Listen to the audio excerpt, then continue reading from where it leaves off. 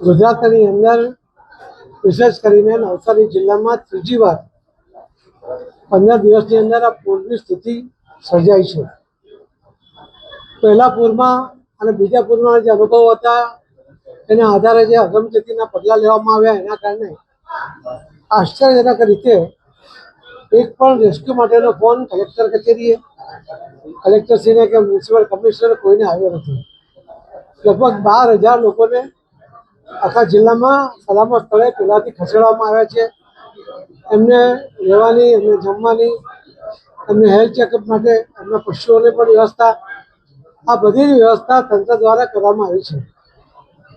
બધાને hygienic food મળે, પૂરી ક્વોન્ટિટીમાં મળે, એના માટે સૌ અધિકારીઓ અને કર્મચારીઓ સાથે ભારતીય જનતા પાર્ટીના સૌ આગેવાન કાર્યકર્તાઓ પણ ખડે પગે ઊભા છે.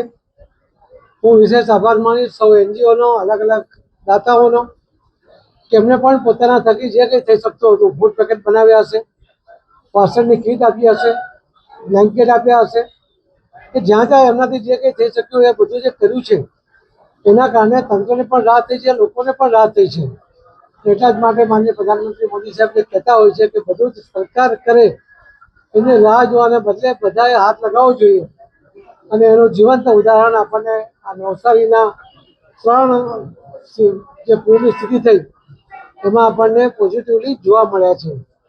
દક્ષિણ ગુજરાત અને ગુજરાત એની આ વિશેષતા પણ રહી છે કે કોઈની મદદની રાહ જોવા વગર લોકો જ એકબીજાની મદદે આવી જતા હોય છે.